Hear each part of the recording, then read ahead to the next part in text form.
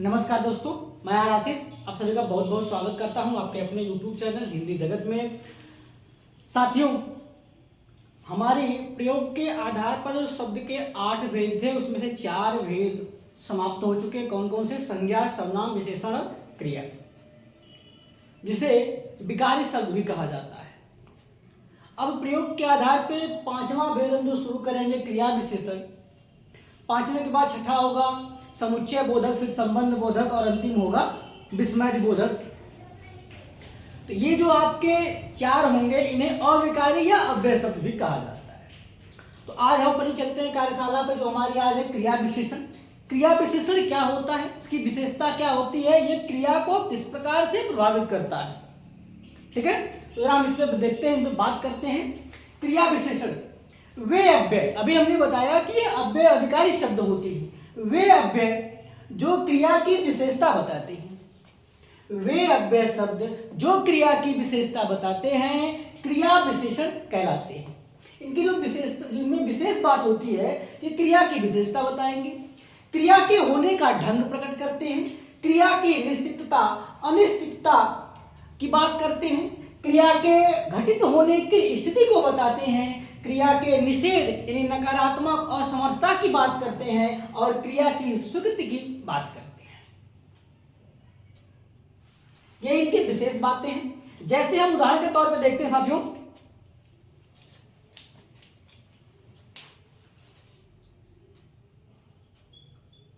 वह यहां आया है। ठीक है, राधा धीरे धीरे जा रही है। श्याम अचानक गिर पड़ा।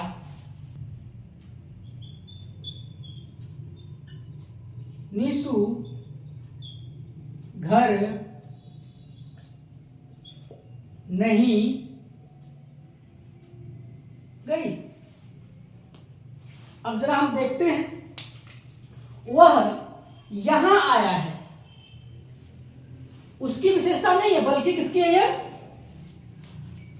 आने की विशेषता यहां शब्द प्रकट कर रहा है और यहां संबंध स्थान विशेष पर आने से। ठीक है, अगला है श्याम अचानक गिर पड़ा। जो उसके गिरने की विशेषता है वो कैसे है? अचानक। राधा जा रही है, लेकिन कैसे जा रही है? धीरे धीरे जा रही है। ठीक है, एक क्रिया के होने का ढंग प्रकट हो रहा है। निशु घर नहीं गई।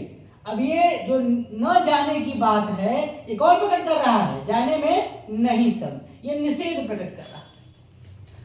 तो विशेष जो बातें इसमें बताई गई हैं कि ये क्रिया की विशेषता प्रकट करेगा, क्रिया के होने का ढंग बताएगा, क्रिया की निश्चितता अनिश्चितता की बात करेगा, क्रिया के घटित होने की स्थिति की बात करेगा, क्रिया के निषेध की बात करेगा और क्रिया की स्वीकृति की बात करेगा। तो देखिए, यहाँ निषेध की बात है, यहाँ क्रिया के होने के ढंग की बात है, यहाँ क्रिया के धीरे धीरे, यहाँ भी क्रिया के होने के ढंग की बात है और यहाँ स्थान संबंधी क्रिया की विशेषता बता रहा है। साथी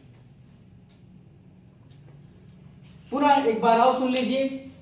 वे अव्यय या वे अविकारी शब्द जो क्रिया की विशेषता प्रकट करते हैं या बताते हैं उन्हें क्रिया विशेषण कहते हैं।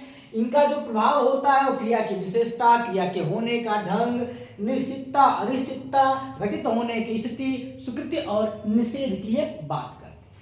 उदाहरण, वह यहाँ आया है तो आने की विशेषता यहाँ है। श्याम अचानक गिर पड़ा, गिर पड़ने की विशेषता अचानक यहाँ प्रकट हो रही है। राधा धीरे धीरे जा रही है तो जाने की विशेषता धीरे धीरे है। निशु घर नहीं गई, तो जो जाने की बात है, गई की बात है, उसको नहीं प्रकट कर रहा है साथियों। ठीक है, अब हम चलते हैं क्रिया विशेषण के भेद की तरफ। तो साथियों चलते हैं अब हम क्रिया विशेषण के भेद की तरफ। क्रिया विशेषण के 4 भेद होते हैं। इसके पहले का जो टॉपिक एक पढ़ा गया आपने पढ़ा है विशेषण, विशेषण के भी 4 भेद होते हैं और क्रिया विशेषण, इसमें भी विशेषण लगा, इसके भी 4 भेद होते हैं साथियों। पहला भेद है कालवाचक, अगला है स्थानवाचक, अगला है रीतिवाचक और आखिरी है परिमाणवाचक क्रिया विशेषण। कालवाचक क्रिया विशेषण, स्थानवाचक क्रिया विशेषण, रीतिवाचक क्रिया विशेषण और परिमाणवाचक क्रिया विशेषण। जरा देखिएगा, जरा सा हम इनका अर्थ समझ लेंगे तो आसानी से हम इन पर आए हुए जो हमारे प्रश्न होंगे उन्हें हम पकड़ लेंगे। ठीक है, कालवाचक क्रिया विशेषण है अथवा नहीं है। काल का संबंध जो है समय से, काल का संबंध जो है यहाँ समय से है। तो जब क्रिया समय संबंधी विशेषता प्रकट करेगी, जब क्रिया समय संबंधी विशेषता प्रकट करे तो उसे कहते हैं कालवाचक क्रिया विशेषण। जैसे जैसे वह कल जाएगा, राम रोजाना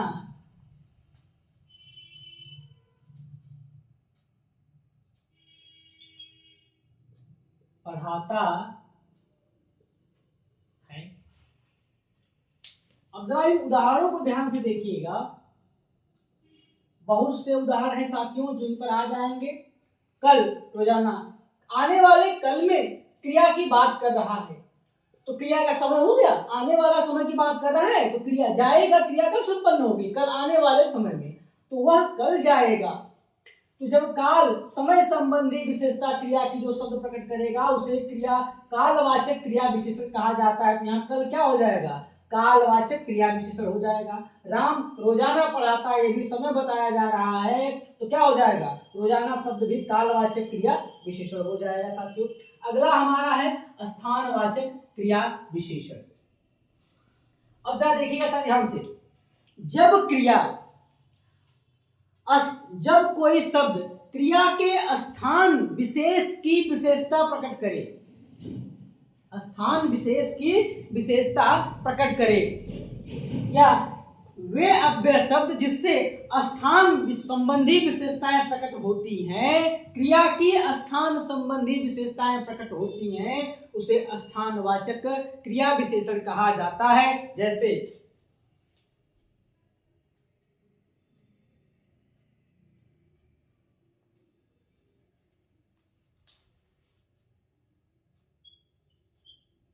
वह नीचे सो रहा है। अब देखिए ये सोने की जो क्रिया है ये कहां संपन्न हो रही है, नीचे। अब ये नीचे शब्द जो है अव्यय, इसलिए साथियों इसके रूप को आप परिवर्तित नहीं कर सकते, इसलिए क्या अव्यय शब्द है। अब आगे देखिए एक बार और देख लेते हैं।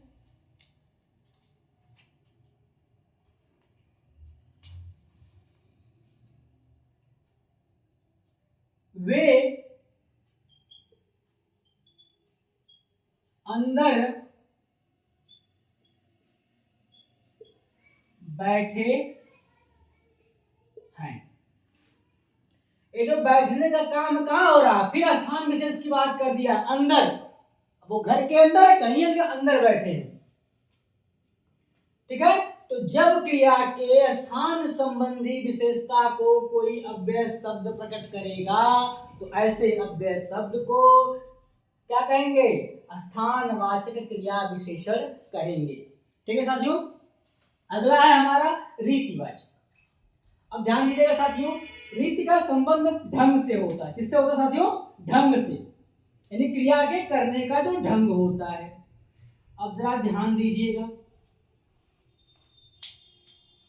जब कोई अव्यय शब्द क्रिया के होने के ढंग को प्रस्तुत करता है तो उसे रीतिवाचक क्रिया विशेषण कहते हैं। जब कोई अव्यय शब्द क्रिया के होने के ढंग को प्रस्तुत करे तो उसे रीतिवाचक क्रिया विशेषण कहा जाता है साथियों। जैसे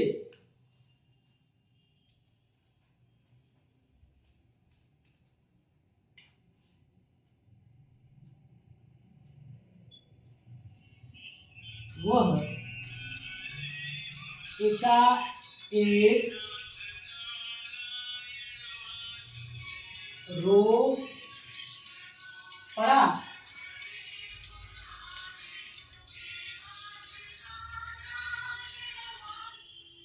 कहो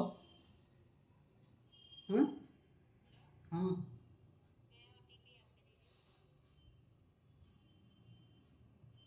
98 96 10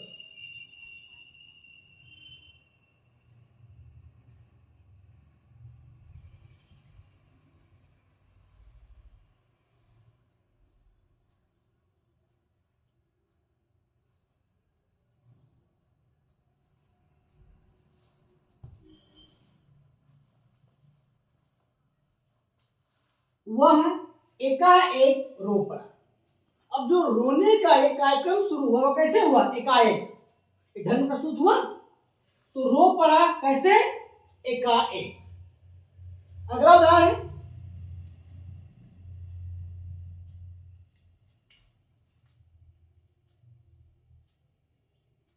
राम धीरे धीरे आ रहा है।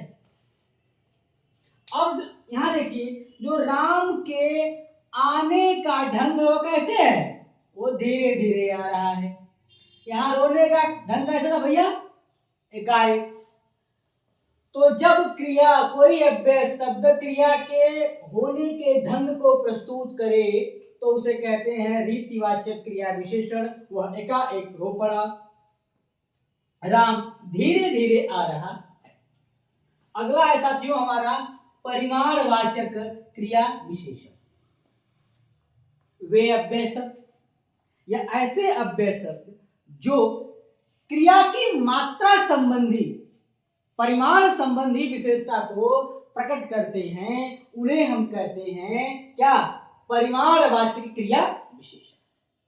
वे अव्यय शब्द या ऐसे अव्यय शब्द जो क्रिया की मात्रा संबंधी अथवा परिमाण संबंधी विशेषता को प्रकट करते हैं उन्हें हम कहते हैं परिमाणवाचक क्रिया विशेषण शब्द।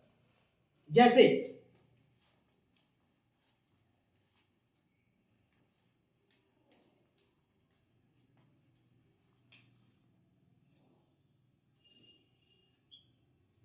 थोड़ा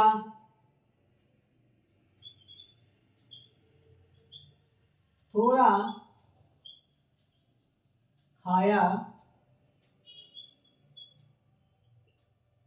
करो, ज्यादा अभ्यास करो।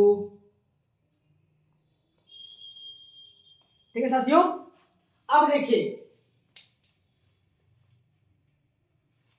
यहां जो क्रिया हमारी है खाया करो और यहाँ अभ्यास करो, इनको कहा गया कि खाने का काम क्या करें? थोड़ा थोड़ा, और अभ्यास करने का काम ज्यादा।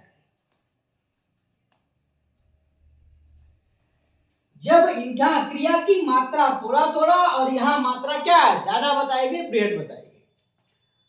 तो कम, थोड़ा, ज्यादा, अधिक, न्यून ये शब्द जब आएंगे तो ये क्या हो जाएंगे? परिमाणवाचक हो जाएंगे। क्या हो जाएंगे? ये परिमाणवाचक हो जाएंगे। परिमाण में बहुत से शब्द आते हैं जिनसे इतना, उतना, जितना, कितना, लगभग, जरा, थोड़ा, केवल, मात्रा, ये सब क्या है? ये परिमाण का बोध कराते हैं। तो जिन क्रिया विशेषण वे क्रिया विशेषण शब्द जिनसे क्रिया की मात्रा का बोध होगा परिमाणवाचक क्रिया विशेषण कहलाएंगे। जो अव्यय शब्द क्रिया के होने के ढंग को प्रस्तुत करेंगे वो रीतिवाचक क्रिया विशेषण कहलाएंगे।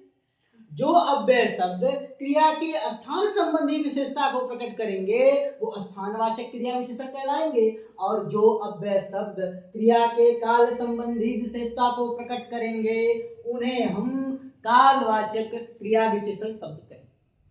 तो साथियों ये रहे क्रिया विशेषण के 4 भेद, उनकी परिभाषा बताई गई, उदाहरण भी प्रस्तुत किए गए और क्रिया विशेषण की भी परिभाषा बताई गई, क्रिया विशेषण के प्रभाव और विशेषता को भी बताई गई। साथियों आशा करते हैं यह टॉपिक आपको पसंद आया होगा, समझ में आया होगा और आगामी परीक्षाओं में यह आपके लिए अत्यंत लाभकारी सिद्ध हो, ऐसी प्रभु से, ईश्वर से, अल्लाह से कामना करते हैं, दुआ करते हैं। जय हिंद, जय भारत।